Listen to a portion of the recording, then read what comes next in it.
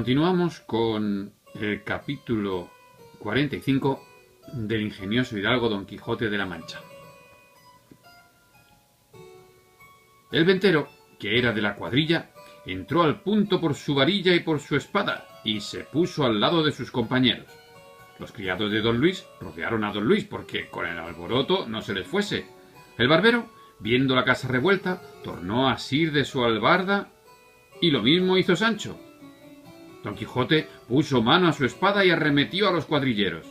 Don Luis daba voces a sus criados que le dejasen a él y acorriesen a Don Quijote, y a Cardenio, y a don Fernando, que todos favorecían a Don Quijote. El cura daba voces, la ventera gritaba, su hija se afligía, Maritornes lloraba, Dorotea estaba confusa, Luscinda suspensa y doña Clara desmayada. El barbero aporreaba a Sancho, Sancho molía al barbero, don Luis, a quien un criado suyo se atrevió a asirle del brazo porque no se fuese, le dio una puñada que le bañó los dientes en sangre. El oidor le defendía. Don Fernando tenía debajo de sus pies a un cuadrillero, midiéndole el cuerpo con ellos muy a su sabor. El ventero tornó a reforzar la voz pidiendo favor a la Santa Hermandad, de modo que toda la venta era llantos, voces, gritos, confusiones, temores, sobresaltos, desgracias, cuchilladas, mojicones, palos, coces y efusión de sangre. Como el tío, como para describirte toda la confusión y todo el lío que tienen ahí, lo que hace es hacer frases muy cortas y que todo por repeticiones ahí. Y en mitad de este caos, máquina y laberinto de cosas, se le representó en la memoria de Don Quijote que se veía metido de hoz y de coz en la discordia del campo de Agramante, y así dijo con voz que atronaba la venta: «¡Ténganse todos! ¡Todos envainen! ¡Todos se sosieguen! ¡Óiganme todos si todos quieren quedar con vida!». A cuya gran voz todos se pararon, y él prosiguió diciendo: «¿No os dije yo, señores, que este castillo era encantado y que alguna región de demonios debe de habitar en él?» Región será legión. En confirmación de lo cual, quiero que veáis por vuestros ojos cómo se ha pasado aquí y trasladado entre nosotros la discordia del campo de Agramante. Mirad cómo allí se pelea por la espada, aquí por el caballo, acullá por el águila, acá por el yelmo, y todos peleamos y todos no nos entendemos. Venga pues, vuesa merced, señor oidor, y vuesa merced, señor cura, y el uno sirva de rey Agramante y el otro de rey sobrino, y pongámonos en paz. Porque por Dios todopoderoso, que es gran bellaquería que tanta gente principal como aquí estamos se mate por causas tan livianas. Los cuadrilleros, que no entendían el frasis se refiere a la manera de hablar, al estilo.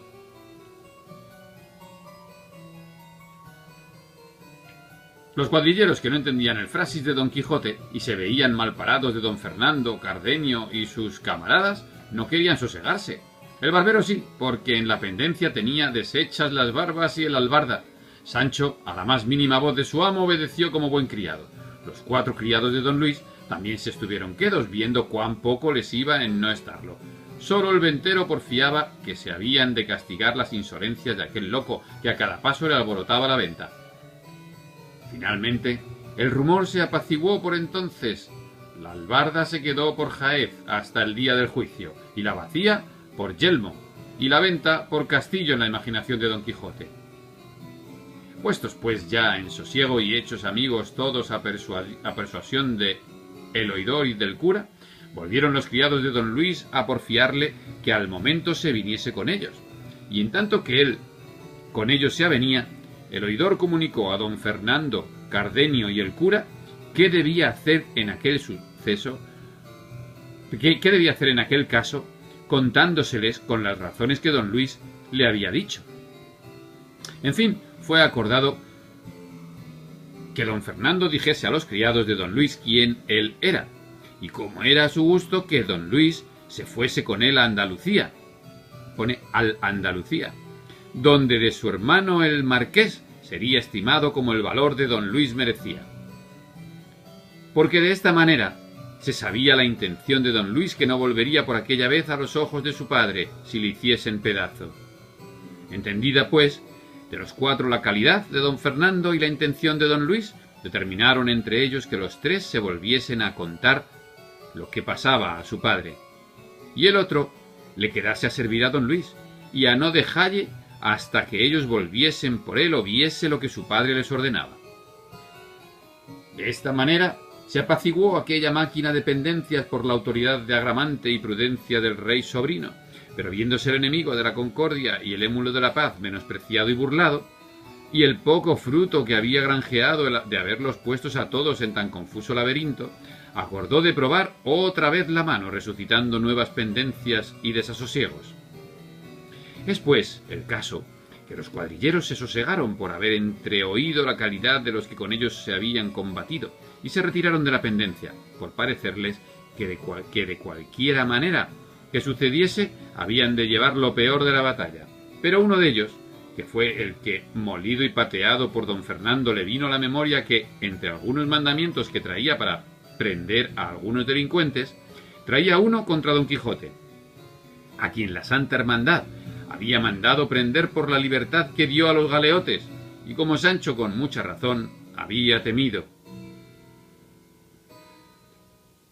Imaginando pues esto, quiso certificarse si las señas que de don Quijote traía venían bien, y sacando del seno un pergamino, topó con el que buscaba y poniéndosele a leer de espacio, porque no era buen lector, a cada palabra que leía ponía los ojos en don Quijote e iba cotejando las señas del mandamiento con el rostro de don Quijote, y halló que sin duda alguna era el que el mandamiento rezaba, y apenas hubo certificado cuando, recogiendo su pergamino con la mano izquierda, tomó el mandamiento y con la derecha asió a don Quijote del cuello fuertemente, que no le dejaba alentar, y a grandes voces decía: «Favor a la Santa Hermandad, y para que se vea que lo pido de veras, leas este mandamiento donde se contiene que se prenda a este salteador de caminos».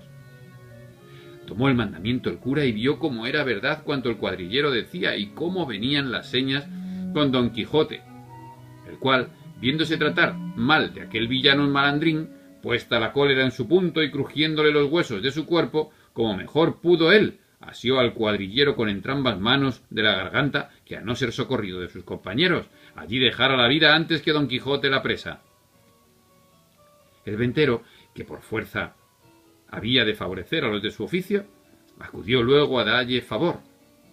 La ventera, que vio de nuevo a su marido en pendencias, de nuevo alzó la voz, cuyo tenor le llevaron luego Maritornes y su hija, pidiendo favor al cielo y a los que allí estaban.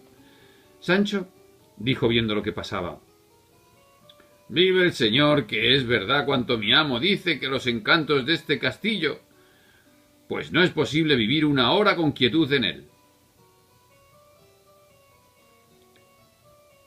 Don Fernando despartió al cuadrillero, que se separó, y a don Quijote.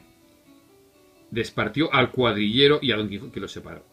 Y con gusto de entrambos les desenclavijó las manos, que el uno en el collar del sayo del uno y el otro en la garganta del otro bien asidas tenían. Pero no por esto cesaban los cuadrilleros de pedir su preso y que les ayudasen a dársele atado y entregado a toda su voluntad, porque así convenía al servicio del rey y de la Santa Hermandad, de cuya parte de nuevo les pedían socorro y favor para hacer aquella prisión de aquel robador y salteador de sendas y carreras. Reíase de oír decir estas razones don Quijote, y con mucho sosiego dijo: «Venid acá, gente soez y malnacida. Saltear de caminos llamáis al dar libertad a los encadenados, soltar los presos, acorrer a los miserables, alzar los caídos, remediar los menesterosos.